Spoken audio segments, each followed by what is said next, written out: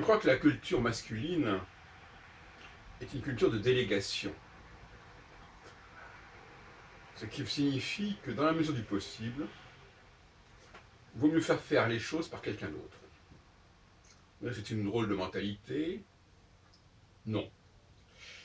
C'est une mentalité tout à fait respectable. D'abord parce qu'elle implique des choix. Qu'est-ce que je délègue, qu'est-ce que je ne délègue pas? Et ça c'est fondamental, le sens du choix. Quelles sont les activités fondamentales dont je dois m'occuper personnellement? Quelles sont les activités essentielles, et quelles sont les activités que je peux déléguer, que je peux confier à d'autres personnes, parce qu'elles sont répétitives, parce qu'elles sont factuelles, banales. Hier soir, en rentrant, j'ai croisé un groupe de gens, et il y avait un monsieur qui expliquait où se trouvait euh, le métro à ses amis. Donc voilà, c'était à côté, ceci. Et je ne sais pas pourquoi j'ai eu le réflexe en me disant, mais pourquoi fait-il cela? Il n'a rien d'autre à dire que des banalités de ce genre, que n'importe quelle femme pourrait produire. Alors il faut faire attention de ne pas créer des confusions. Les hommes qui s'occupent de dire des choses banales euh, créent de la confusion. Vous voyez ce que je veux dire? Créent de la confusion parce qu'on ne sait plus finalement ce qui est le propre des hommes et ce qui est le propre des femmes.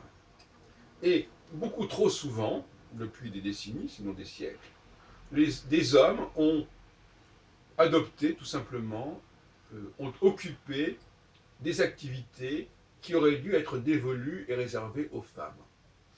C'est un peu ce qui se passe quelque part. Hein, et dans bien des domaines, on ne voit plus que des femmes. Je pense par exemple à certaines bibliothèques municipales où il y a 99% de femmes. Je pense à une sorte d'équipe où il y a presque quasiment que des femmes.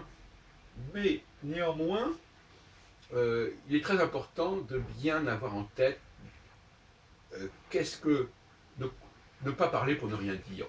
Et pour ne rien dire, ça veut dire aussi pour dire des banalités, pour dire des choses communes. Les hommes doivent réserver leur énergie, leur prise de parole à ce qui en vaut la peine. Et déléguer, euh, délocaliser, j'allais presque dire, des activités mineures. Donc ça, c'est très important. De façon à pouvoir se concentrer sur l'essentiel, de façon à s'occuper de ce qui fait vraiment problème et de ce qui implique une collaboration de la plus haute qualité. Et c'est dommage de voir des gens, comment dirais-je, brader, brader leurs compétences pour des choses secondaires. Alors les choses secondaires, ah ben, il y en a beaucoup.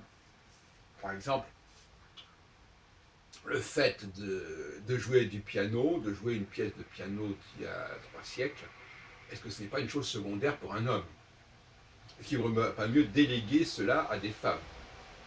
Ça n'implique pas de génie particulier, ça n'implique pas de créativité particulière, et c'est une très grande banalité quand on joue des pièces qui ont été jouées et rejouées, je ne sais pas, des centaines et des centaines de fois, et qui ont été suivies par des publics, des milliers et des milliers de personnes, sans parler de tout ce qui est enregistré et toutes les ventes de disques et de CD, compact disques, etc.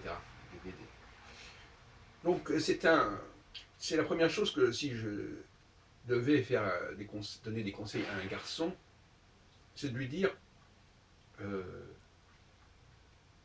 concentre-toi sur ce qui est vraiment essentiel. Dès que quelque chose est plus ou moins banal, standard, bateau, laisse-le faire par d'autres. Je me souviens d'une réunion qui avait lieu il y a quelques années à l'Institut universitaire avec des amis, et il y avait des hommes et des femmes, et j'avais remarqué ce phénomène, par exemple, des gens qui s'occupent de donner l'heure ou de faire remarquer des choses d'une évidence absolue. Et j'avais dit, ben non, mais là, effectivement, ce sont des femmes qui le font, tant mieux, tant mieux. Quand il y a des femmes et des hommes ensemble, bon, on sait très bien, par exemple, que souvent on demande aux femmes aller chercher du café, ou prenez des notes, ou je sais pas quoi. C'est tout à fait normal. C'est une bonne gestion des relations entre hommes et femmes. À un autre niveau, bien entendu, ça peut prendre des formes plus sophistiquées. Là, par exemple, savoir interpréter une sonate de Beethoven, ça n'est pas à la portée du premier venu. Hein. Personne ne dit du contraire. Ça va de soi que... bon. Alors, l'autre jour, j'ai dit quelque chose qui n'était pas tout à fait juste. J'ai dit que plus une activité pouvait être facilement reproduite et reprise par quelqu'un d'autre, plus elle était précaire. C'est-à-dire, effectivement, si, par exemple, je sais pas, des activités de service banales comme s'occuper d'un vestiaire ou s'occuper je sais pas, d'une caisse dans un magasin, dans un supermarché, tout ça, ça s'apprend en quelques minutes, en quelques heures, tout au plus. Mais néanmoins, il y a des activités qui sont subalternes, mais qui sont relativement laborieuses et compliquées. Comme effectivement le fait de, par exemple, de jouer une sonate ou un quatuor ou dans un orchestre, ce n'est pas, ou dans une chorale, puisque hier soir j'ai assisté à la répétition d'une chorale, ça n'est pas si simple que cela. Et paradoxalement, ça va en contradiction avec ce que j'ai dit par ailleurs, à savoir qu'il y a des gens qui sont doués et qui peuvent faire des choses très spontanément que d'autres personnes ne pourront faire que lourdement et péniblement. Et encore, ce ne sera pas la même chose. Alors, donc je ne me fais pas du tout l'apologue des formations. En tout cas, ces formations, elles s'adressent surtout aux femmes. Je pense que, et là, ce n'est pas contradictoire en réalité, je pense qu'il y a des personnes qui ont un bagage génétique, donc lourdement constitué et longuement constitué par des générations, qui leur permet, sur le moment, d'intervenir très rapidement et de faire des choses que tout le monde n'est pas capable de faire. Prenons le cas de la musique, ou même de la peinture, par exemple. Il y a des gens qui sont très doués pour la peinture. Et ils peuvent vous faire un chef-d'œuvre en quelques minutes ou en quelques heures. Donc, le temps n'est pas un critère. Ils peuvent même ne pas avoir appris à faire cela. Mais ils savent le faire. De même qu'en musique, il y a des gens qui sont doués pour la musique et qui savent faire de la musique au sens strict du terme, c'est-à-dire ils savent produire de la musique, ils ne vont pas produire de la musique spontanément, improviser, et d'autres qui ne peuvent pas le faire, même si on leur dit ben faites-le, allez-y, faites de la musique, faites de la peinture, montrez ce que vous savez faire. Ah non, non, non, il faut qu'ils aient une formation, qu'ils aient appris les règles, qu'ils aient suivi des cours, qu'ils aient une partition à suivre, qu'ils aient un modèle à suivre, etc. etc. Donc, il ne faudrait pas non plus simplifier les choses en disant que les choses complexes sont l'expression d'une compétence particulière. C'est une compétence, certes, mais ça n'est pas forcément un don. D'ailleurs, je dirais que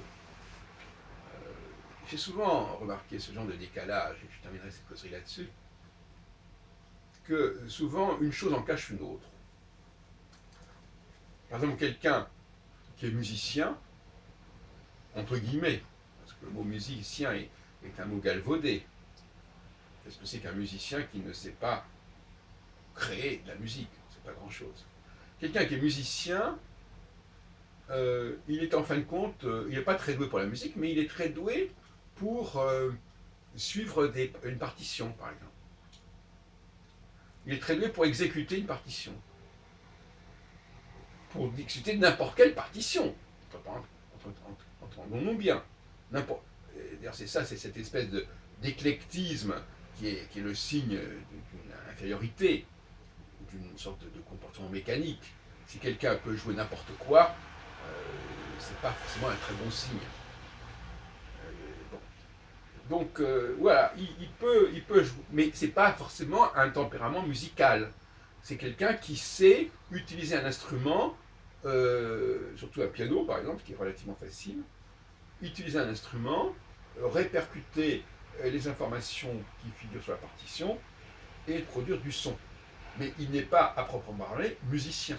Il fait partie de l'ensemble musical, si vous voulez, mais pas au niveau le plus élevé. C'est un musicien de rang subalterne, si on peut dire. Voilà comment il faudrait dire les choses.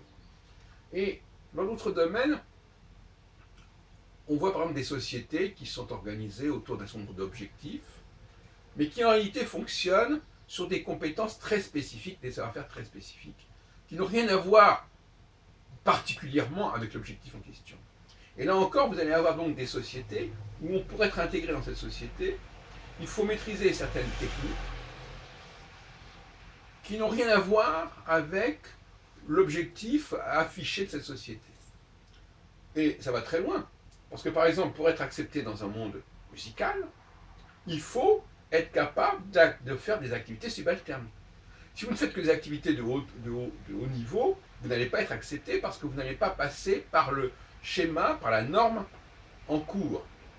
De même que si vous voulez vous joindre à un groupe qui a en fin de compte une pratique très particulière des choses, parce que ça rassemble des gens qui ont un profil très particulier, eh bien vous ne serez pas non plus accepté, même si vous êtes particulièrement en phase avec l'objet affiché du groupe. Voilà les paradoxes que je voulais vous signaler.